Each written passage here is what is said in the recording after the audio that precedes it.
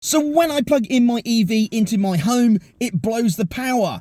And can I plug a 15 amp plug into a 10 amp socket? You might be surprised as to what the answer is. That means you can't boil your kettle for a cup of tea and charge your vehicle. Covered that. It's problematic. Let's get into this. My name is Mark and I inspect vehicles. That is my business, by the way. And I am an EV trained technician, and therefore I have a little bit to say on electric vehicles charging. I also inspect vehicles for people before they buy them, which also means that I know my place. And what do I mean by that? Well, if you have any concerns about 240 volts that are in the walls or in caravans, you need to see an appropriately licensed technician. However, if you've got any questions about vehicles, if you're buying a vehicle and you want it inspected, you don't see an electrician, you see me, because that's what happens. However, we're now starting to mix the two, and many people are so used to asking mechanics about everything that that's the default now, and they're quite surprised sometimes that some of the posts I've read. Why is it that they won't help me? Well, that's because we're not electricians, and you've now got two trades involved in running vehicles. So what's happening here? Just thought I'd clear that one up, by the way, that there are two trades involved in this. And if I get any of this wrong, anybody who is an electrician is more than welcome to put down into the comments where I've gone wrong, or just put down that you agree with me and you love it, whichever way, I don't care. So what's really occurring here is that in his caravan, when he plugs in his caravan into a 15 amp plug, he then plugs in his car into the 10 amp plug on the outside of the caravan, and the power is blowing when he puts what he called the jug on. Now, what he means by this, I'm assuming, is the kettle, and this is really important because, particularly being a POM here, if you're plugging in your car and you can't boil the kettle for a cup of tea, there's going to be some serious issues. There's going to be pain and thonging and all sorts of stuff that are quite nasty. Grumpy people everywhere. So we need to solve this problem. Now, he thinks he's overcome this problem by suggesting that the pole that sits in the middle of the campgrounds, and what normally happens is you have 1, 2, 3, 4 campsites, one pole with 4 plugs. And what he's asked is, can I plug my electric vehicle into one of them? Because I've got a 10 amp plug and a 15 amp socket. Now, you think that might be a simple answer, but here's the thing. I'm a tradie and I work with 15 amp plugs all the time because I have machines, welders, cutters, all sorts of stuff that has a 15 amp plug has to go into a 15 amp socket. But the general people, most people don't ever come across this. About the only time they might do it is if they go caravanning. And if it's your first time, you don't know these things. So, perfectly simple question. So let's just cover over what's happening with the sockets, and let's see what's happening. But I'd rather show you what's happening because this makes a lot more sense. So, hang on, let me just get outside. So this white plug here is a 10 amp plug. And you can see that this pole here is thinner than this pole here. And this is a 15 amp plug. Now, if we now have a look at the socket, you can see just up in here, excuse me dirty fingernail, we've got a 15 amp socket. And if I come over to the other socket over here and we go in, wait for it to refocus, and we have a 10 amp socket. I can put the 15 amp plug into there, okay? Fits perfectly. But I can also put the 10 amp plug into there. There you go. By the way, Australian plugs are quite flimsy. That's why sometimes they're a bit fiddly. So I can put a 10 amp and 15 amp plug into a 15 amp socket. For obvious reasons, 10 amps actually is much lower than 15, so we can draw from a 15 amp socket, no dramas. But if we come over to here and we plug in on this side, I need to straighten these pins out, eh? There we go. All right. So if I plug in my 10 amp plug, it works fine. But now if I try and plug in my 15 amp plug, so if it's a machine that pulls way more than 10 amps, then look what happens. I actually physically cannot make that fit at all. Okay? So what's going on here? Now, what you need to understand about this is that both of these sockets are capable of taking more than 10 amps. And that's quite obvious on the 15 amp one, but the 10 amp one, you might not think that it's capable of it, but you can plug in 2, 4, I've even seen 6 gangway plugs, so that you can actually, and they're all 10 amp sockets. So the 10 amp socket is capable of taking 10 amps, but the fuses, the circuit breaker, they're the same on both of them. Well, here are my circuit breakers, and you can see down here, that one's not, this one is. So this is my circuit for my power sockets down here. Okay, you notice there's only 2 of them, but I've got lots of power sockets inside.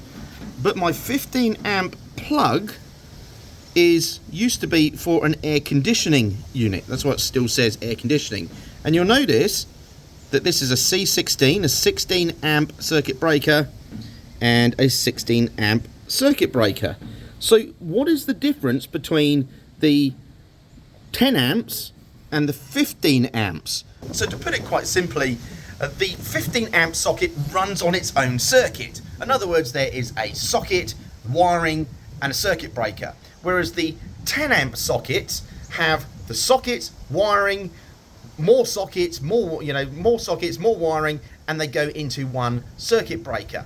So you can plug in lots of different things, and as long as they don't come to more than 16 amps, then everything is okay and it's protected. So you can have multiple things plugged in to the 10 amp, but you only have one thing to plug in for the 15 amp. And that's because devices that draw 15 amps or need a 15 amp plug are quite high. But what does this mean about electric vehicles? Well, you see, electric vehicles draw about 10 to 15 amps, but they come in a 10 amp plug.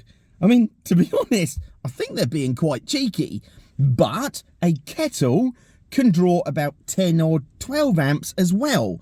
That's why with this question here, they're asking, why is it that I'm plugging in a 15 amp plug, then plugging in my electric car, and when I boil the kettle, the power blows? Well, that's because actually what you've got is 2 devices that are capable of drawing quite high power, both of them about 10 amps. 10 amp plus 10 amps is 20 amps, and it will blow that 16 amp fuse straight away. That means you can't boil your kettle for a cup of tea and charge your vehicle. Covered that. It's problematic. We need to avoid that. So what do? Well, quite simply, you plug one plug, the 10 amp car charger, into a 15 amp socket, as I've demonstrated you can already, and the caravan then has its other one. Now, of course, in caravan sites, this is causing some issues now, because there's now starting to have some argy-bargy between, well, hang on, who's got what power sockets and who's using what, and should we have more than one? Don't worry, they're starting to charge people who have got electric vehicles for more. Things are changing because of electric vehicles, so don't be surprised if you have independent meters. But yes, simple answer to begin with is, can you plug a 10 amp plug into a 15 amp socket? Absolutely. Can you plug the 15 amp socket into a 10 amp? No, you can't. It doesn't work, and would be considered dangerous too. So how do we overcome this in a normal house? Now, I said that the trades are split. I inspect vehicles for people who are buying cars, vans, trucks, caravans, whatever. All this information is now starting to come into questions for automotive technicians. The simple answer is, if you are concerned about your electric in your caravan, the 240 electric in your caravan or in your house, then you need to talk to a licensed electrician. Even if the answer comes out and goes, no, it's all perfectly fine, it's okay. Caravans are quite well known for getting hot, and the cabling to disintegrate happens in houses too. So it's always worth getting someone to check it out for you if you are concerned. And they have the testers to do so as well, and they're able to actually do any repairs that are needed to on top. But if you are using an electric vehicle, so you tow an electric vehicle with a caravan, and you're hoping to plug it into the 10 amp socket on the side, and then use anything else, plug anything else inside, you're probably going to overload the circuit. It's working normally, or it sounds like that it's working normally, So basically use 2 sockets, and that's what the answer is to this one. I hope that this is helped. If you are looking for a caravan, motorhome, or any other sort of motorized vehicle and you want to know what the condition is before you buy it for honest reports, come and see us. But if you want to know what the electrics are like and how your electrics are, don't go down to your local dealer. Go and see an electrician. They will be more than happy to see you and to deal with you and to give you any answers. The other thing, just by the way, if you're in a house and you're charging your electric vehicle, you can get 2 levels of chargers. Number 1 charger is basically your wall socket, 240 volts. If you're going to pay for that, and you can see what the run is here, I've literally got my power board and where my car's parked right next to each other. To run a 15 amp socket from there to there would cost, like, at best maybe 150, 200 bucks, whereas a level 2 charger to charge the vehicle quicker would cost me maybe 1,000 to 1,500 to buy it, then maybe, I don't know, maybe another 1,000 to put it in. So you might be up for anywhere from 1,500 to 2,500 depending on your depending on the electrician. So it could be cheaper just to put in a 15 amp plug it in. Car is going to take a long time to charge. It will be better to have a dedicated wall socket, but obviously it's going to cost more. Although I would suggest if you're buying an electric vehicle, you need to budget all of this in to the purchase price. I would budget in a charger on the house as part of the buying of an EV. Anyway, that would be my advice and recommendations. I hope this has helped solve the problem. And happy motoring, happy caravanning, happy hunting for cars if you're looking for one. And I hope that this has helped clarify what's happening with these 10 amp, 15 amp plugs and sockets and fuses. All right, happy hunting.